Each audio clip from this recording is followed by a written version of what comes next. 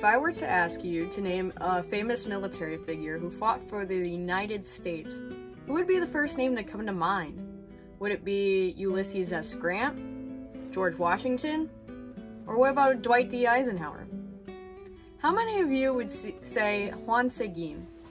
Probably not a common answer, I would presume. Yet JUAN SEGUÍN was an important military figure who is part of the reason why Texas is a part of the United States today. And not only that, but he was also a mayor, a senator, a justice of the peace, and a county judge. So why is he nothing more than a footnote in U.S. history? I didn't learn about him in any of my classes, and I didn't even really know what his role was in the Texas Revolution until I did this history project.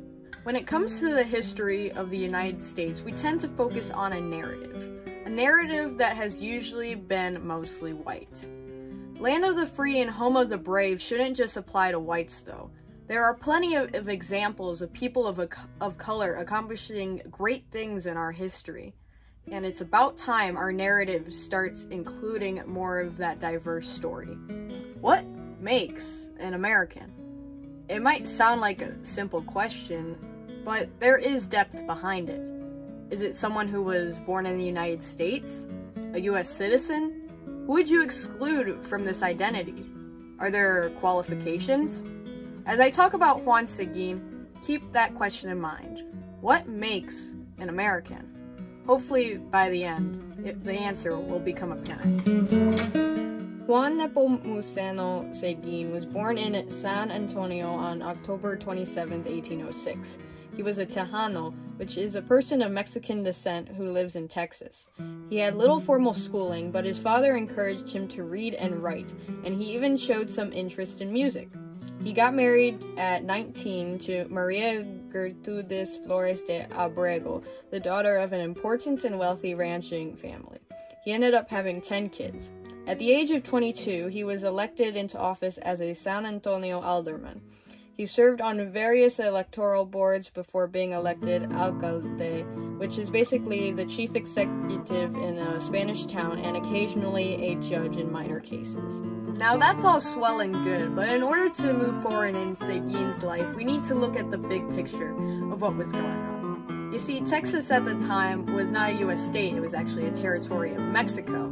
However, they wanted some, protection from the Native Americans up north, so they asked some Americans to come in to be a buffer zone, but they just kept coming in. Pretty soon, U.S. citizens outnumbered Tejanos. In order to stop this, Mexico tried to put some restrictions in on the Americans, but they weren't really enforced until a new leader rose in Mexico. In 1834, President, but basically dictator, Antonio Lopez de Santa Anna took over Mexico, including Texas, and began being stricter on these restrictions, that immigrants had to convert to Roman Catholicism and that slavery was outlawed.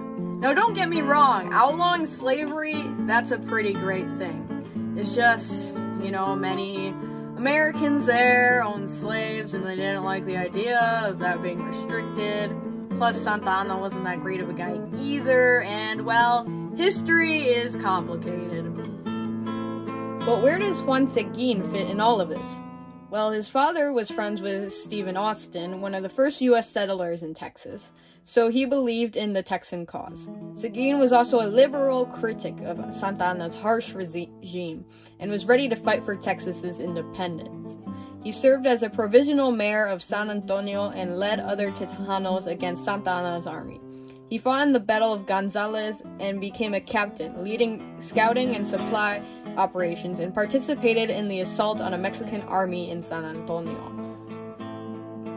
Santa Anna and his troops came in and laid siege to the Mission Fort Alamo in February of 1836. Seguín was in the Alamo when the siege started, but he was dispatched to San Houston that was requesting reinforcements.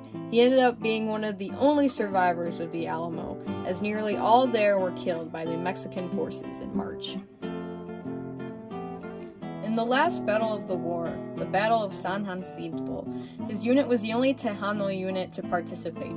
They captured Santa Anna and put an end to the war in just 18 minutes. Seguin accepted the Mexican surrender of San Antonio as well and served as the city's military commander. Texas was officially independent. Seguin oversaw the burial of those who died in the Battle of the Alamo.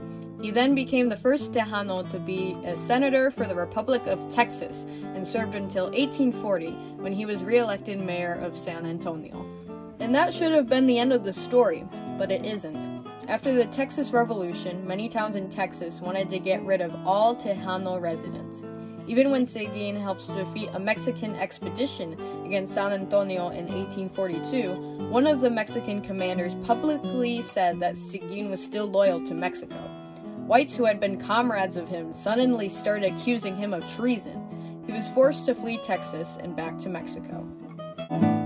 As he wrote in 1858 about his betrayal, he was a victim to the wickedness of a few men, a foreigner in his native land. He sought for shelter amongst those against whom he fought. He was separated from his country, parents, family, relatives, and friends, and what was more, from the institutions, on behalf which he had drawn his sword, with an earnest wish to see Texas free and happy. The Mexican government arrested Seguin as he was a traitor to the country, having fought against them in the Texan Revolution. He was given a choice: serve in the Mexican army or face extended imprisonment. He chose to join the army. During the Mexican-American War, he had to fighting against America instead of with it. At the end of the war, the United States won, gaining a lot of territory from Mexico. Seguin moved back to Texas and became a rancher, despite the hostility he faced. He became involved in local politics, becoming a justice of the peace. He lived in Texas until 1867, when, due to American resentment, he was forced to move back to Mexico. He died on August 27, 1890, in Nuevo Laredo, Mexico, just across the Rio Grande. His remains were returned to Texas in 1974. The city of Seguin, Texas, is named after him in his honor, and that is where he is buried. His gravestone reads, "Texas Patriot, statesman for whom the city of Seguin was named," followed by a long memoir of all of his accomplishments. So, what makes an American? Is it someone who lives in America, typically referred to as the United States, and is a citizen? I say no. An American is someone who stands for the ideas that this nation was built on, that everyone is created equal, that the government should be of the people, by the people, and for the people, and that there is liberty and justice for all. This patriotism is a core of our national identity, and it doesn't matter where you came from or where you were born. Juan Seguin proves that. He became a traitor to his own country to fight for the independence of Texas against the tyranny of Santa Anna. He saw a future for the Republic of Texas and fought for it. And the sad thing is, he was still discriminated against. It didn't matter that he had led the Texan armies to victory. The white Americans flooding into Texas still saw him as an outsider, something they didn't want as they further expanded west. But in the end, Juan Seguin was satisfied with his life and with his choices, according to his letters. And his legacy still lives on to this day. And I hope that by sharing his story, you realize that there are always more perspectives on historical events. Not just the narratives that we were taught, but the ones that we often forget to look at, which in the end, just might be the most important ones to educate ourselves on today.